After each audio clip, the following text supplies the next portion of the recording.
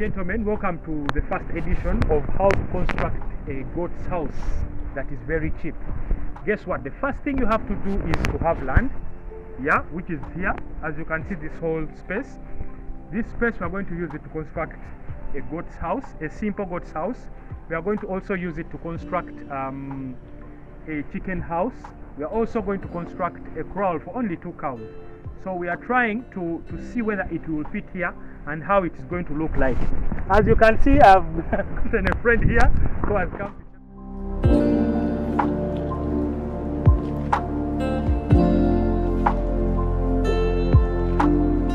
to one of our farm partners is already making measurements. We are going to make this construction ourselves, the 3 of us. One is on the camera, is called Emma, then me, James, and then Matthias, who is already the other side trying to make measurements. So guys, this is going to be the first episode of how we are constructing our goat's house.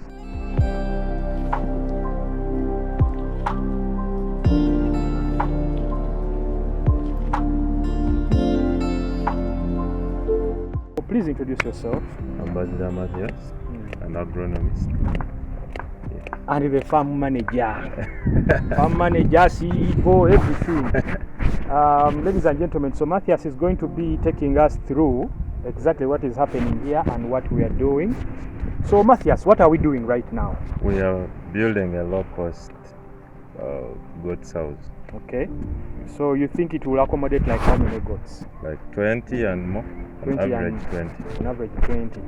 Yeah, so briefly first take us through what exactly is happening right now. Now, we are building this. It is not so big, it is small, around 4 meters by 4 meters. 4 meters width, 4 meters length. We are going to use poles. First of all, we shall need strong poles for the corners, and then the rest of the poles are going to come in through. Okay. So, Matthias, do you think it is possible to construct a low-cost goat's house? It is very possible. So, what are some of the things you have to ensure that you are supposed to do to ensure that you are able to achieve that? First of all, you have to look out for poles, and poles are readily available. And you can get them as cheap as your negotiating terms can be. We are looking at the roof also.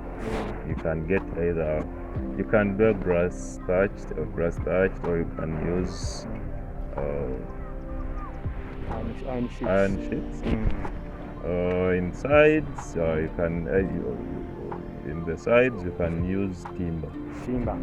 Okay, so what I know, you've talked about poles, you have talked about timber, you have talked about iron sheets, and of course a mesh. Yeah, of course a mesh. A mesh.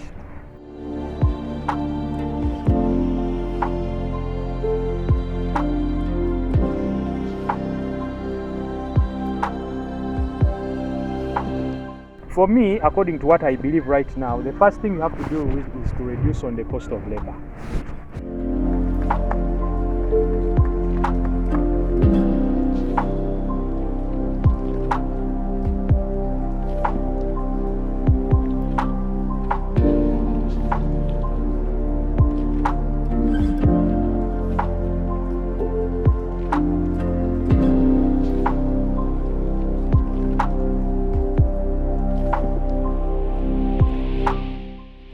Do it themselves. Yes, they and can what do do it. they need? What do they need to be able to do themselves?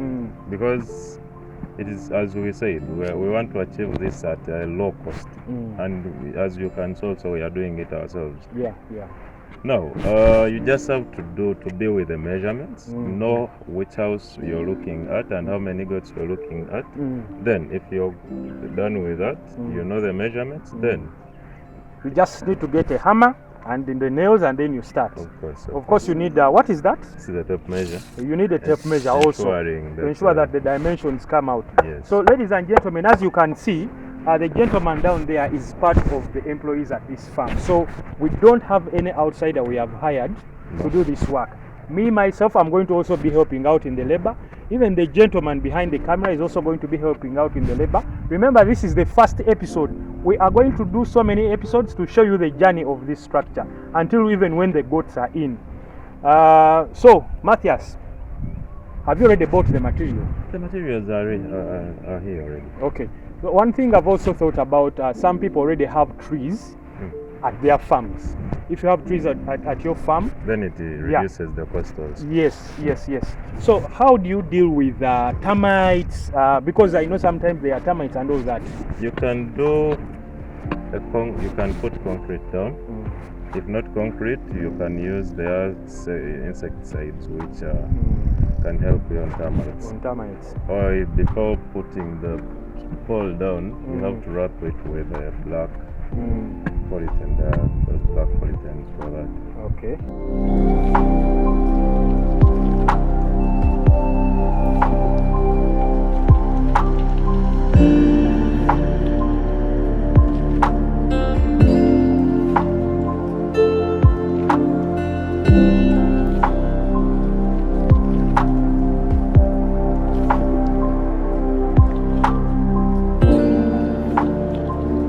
Ladies and gentlemen, he has talked about some inputs that you can use to fight termites. We are going to do another episode about what inputs you can buy to use to prevent your trees from being attacked by termites and all that. Now, Matthias, which kind of trees can we use when we are constructing such a house? Any kind of a hard tree. Hard tree, like you can give us like 4 examples. Like eucalyptus. You can use misizi. You can use. There is umbrella tree, quite a lot. As long as the tree is strong enough to hold the structure. Yes. Okay, so I know as we go on, you're going to be telling us the materials you've used, the quantities and all that, because I know we have not yet reached that level. Yes. But for what someone needs to ensure to have before they start constructing, 1, you've said the poles. 2, first of all, you have to be with where you're going to. The land, actually land, where you're going to construct. Yeah, so for us already we have the land, and the plan here is to have a goat's house, a corral, and a chicken house plus a dark section. That one is going to be more beautiful because we are going to even construct a swimming pool by ourselves. So for me, one of the things you have to learn from this is that learn to do the things yourself. It cuts on the cost of constructing such structures.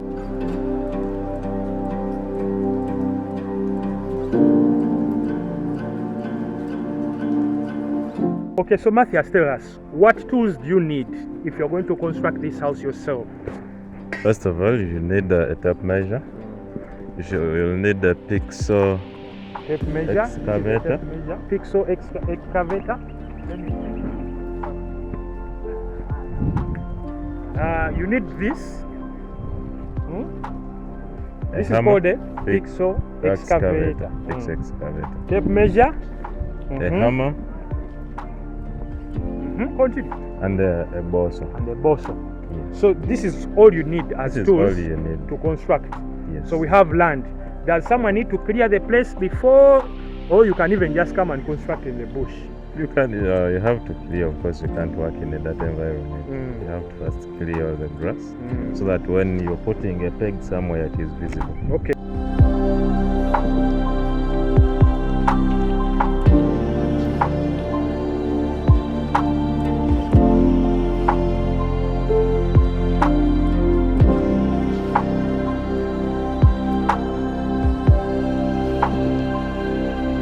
According to Matthias, what you need after getting all these tools, you need land, that is 1. 2, you have to clear the land because you can't work in a dirty environment.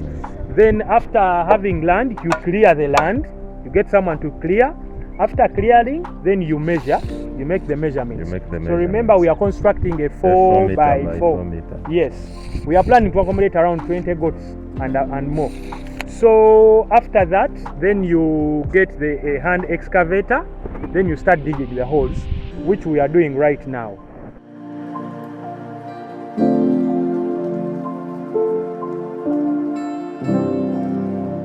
Yes, what happens when you have a land that has a lot of rocks? You can use a pickaxe. A pickaxe? Yes. Yes, so that you crack the stones and all that. Yes. So which land is better? The one with the rocks or the one without rocks? It works either way. It works either way. Okay. So I am excited. I can't wait to see how this is going to come out.